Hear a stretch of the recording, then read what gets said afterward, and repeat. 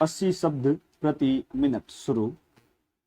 संपूर्ण विश्व में महिला सशक्तिकरण एवं महिला संबंधी नीतियों का मुख्य लक्ष्य महिलाओं को राजनीतिक रूप से सशक्त करना रहा है। विराम। विश्व के सबसे बड़े लोकतांत्रिक देश भारत में स्वतंत्रता प्राप्ति के 72 वर्षों बाद भी भारतीय नारी लोकतांत्रिक प्रक्रिया में पीछे छूट गई है। विराम।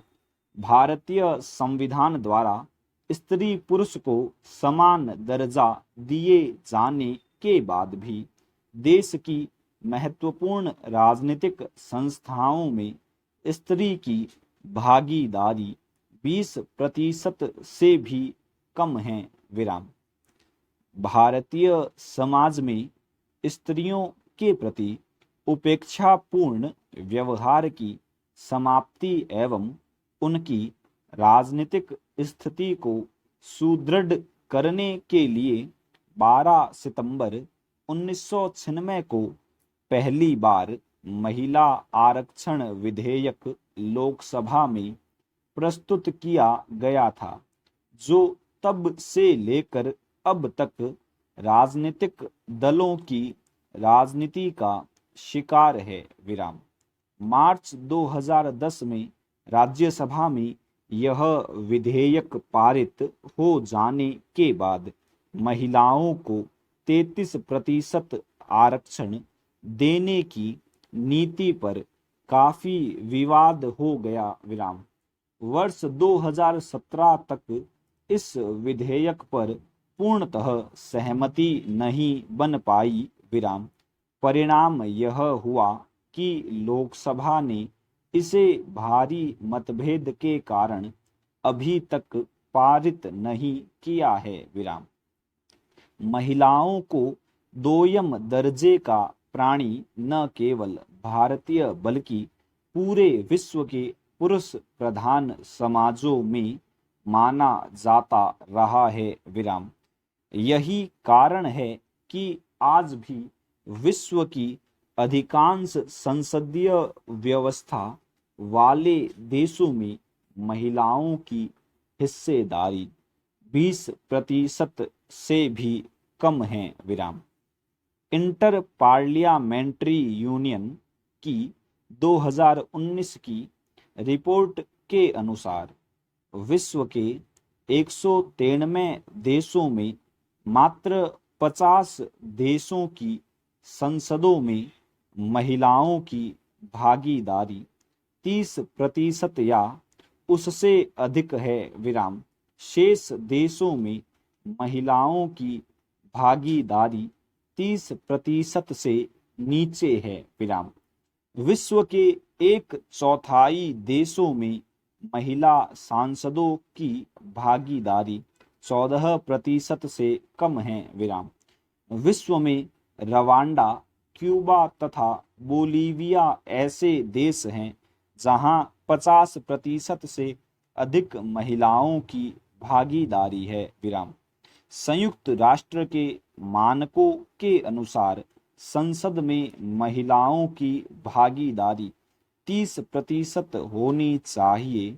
विराम। चीन, रूस, कोरिया, फिलीपींस आदि देशों में महिलाओं को 33% आरक्षण का पहले से ही प्रावधान किया हुआ है, जबकि फ्रांस, जर्मनी, स्वीडन, नॉर्वे आदि देशों की राजनीतिक पार्टियों ने भी महिलाओं को 33% आरक्षण दे रखा है। विराम।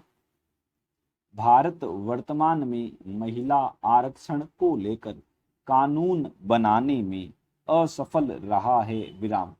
इसके बावजूद 17वीं लोकसभा 2019 में महिला सांसदों की संख्या 62 से बढ़कर 78 हो गई है, जो कुल सांसदों का 14.3% है। विराम।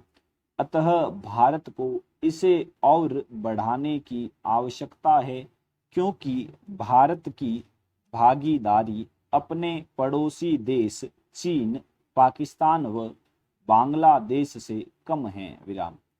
भारत में जहां एक और स्त्रियां आर्थिक रूप से पुरुष के अधीन रही है, वहीं दूसरी ओर सार्वजनिक जीवन में भी उनकी स्थिति अत्यधिक असंतोषजनक रही है। विराम। इस असंतोषजनक स्थिति को समाप्त करने के लिए आवश्यक है कि उनकी राजनीतिक स्थिति को सुदृढ़ किया जाए। विराम। राजनीतिक स्थिति से तात्पर्य यही है कि ऐसे अनेक निकायों में जो निर्णयकारी है और जिन निकायों में राष्ट्र की सामाजिक आर्थिक नीतियों को निर्धारित किया जाता है, महिलाओं की सक्रिय भागीदारी को सुनिश्चित किया जाना चाहिए। विराम। बिना आरक्षण महिलाओं की राजनीतिक स्थिति को सुदृढ़ कर पाना अत्यधिक कठिन है, क्योंकि अधिकांश राजनीतिक दल पुरुष प्रधान मानसिकता वाले हैं, जो चुनावों में सामान्यतः महिलाओं को अपना उम्मीदवार नहीं बनाते। विराम। महिला प्रमुख पार्टियां भी पुरुष प्रधान समाज के कारण पुरुषों को ही उम्मीदवार बनाने के लिए बाध्य है। विराम। सरकार के विधायी एवं कार्यकारी अंगों में भी महिलाओं की भागीदारी न के बराबर है। विराम। अतः वे स्त्री के अधिकारों के संबंध में आवाज नहीं उठा पाती। इसलिए यह आवश्यक है कि विधायी संस्थाओं में महिलाओं के प्रतिनिधित्व हेतु एक सुनिश्चित प्रतिशत स्थान आरक्षित किया जाए। विराम। महिला आरक्षण विधेयक के अनुसार संसद में 33.3% सीटें महिला उम्मीदवारों के लिए आरक्षित होंगी। विराम। चुनाव के लिए लॉटरी के द्वारा 1/3 सीटें महिलाओं के लिए आरक्षित की जाएगी। विराम। वास्तव में भारतीय राजनीति में आरक्षण का प्रावधान अंग्रेजों की फूट डालो और राज करो की नीति का परिणाम था। विराम।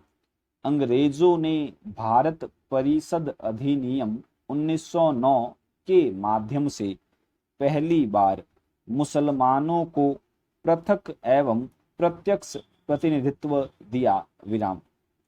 स्वतंत्रता प्राप्ति के बाद संविधान के अनुच्छेद 15(4) एवं अनुच्छेद 16(4) के अंतर्गत अनुच्छेद 330 से लेकर अनुच्छेद 342 तक भारतीय समाज में सामाजिक एवं शैक्षिक दृष्टि से पिछड़े वर्गों के उत्थान के लिए विभिन्न प्रकार के आरक्षणों की व्यवस्था की गई है, किंतु अभी तक गठित किसी भी समिति या आयोग ने महिलाओं के लिए स्वतंत्र रूप से आरक्षण प्रदान करने की कभी भी संस्तुति नहीं की। विराम। महिलाओं को आरक्षण देने संबंधी मुद्दा पहली बार राजीव गांधी ने उठाया था। विराम। प्रधानमंत्री इंद्र कुमार गुजराल के शासनकाल में महिला आरक्षण विधेयक को पारित करवाने की पूरी कोशिश की गई। विराम। उसके बाद भाजपा के नेतृत्व वाली गठबंधन सरकार ने विधेयक को संसद में प्रस्तुत किया, लेकिन हर बार लोकसभा एवं विधान सभाओं में महिलाओं को 33% आरक्षण देने का मामला विभिन्न राजनीतिक दलों के मध्य तीव्र मतभेद होने के कारण पारित नहीं हो सका। विराम। इन दलों की मांग आरक्षण में आरक्षण देने की है, जिसका अर्थ है महिलाओं के लिए आरक्षित 33% सीटों में भी 1/3 सीटें अल्पसंख्यक, दलित एवं पिछड़े वर्ग की महिलाओं के लिए आरक्षित करना। पूर्ण विराम।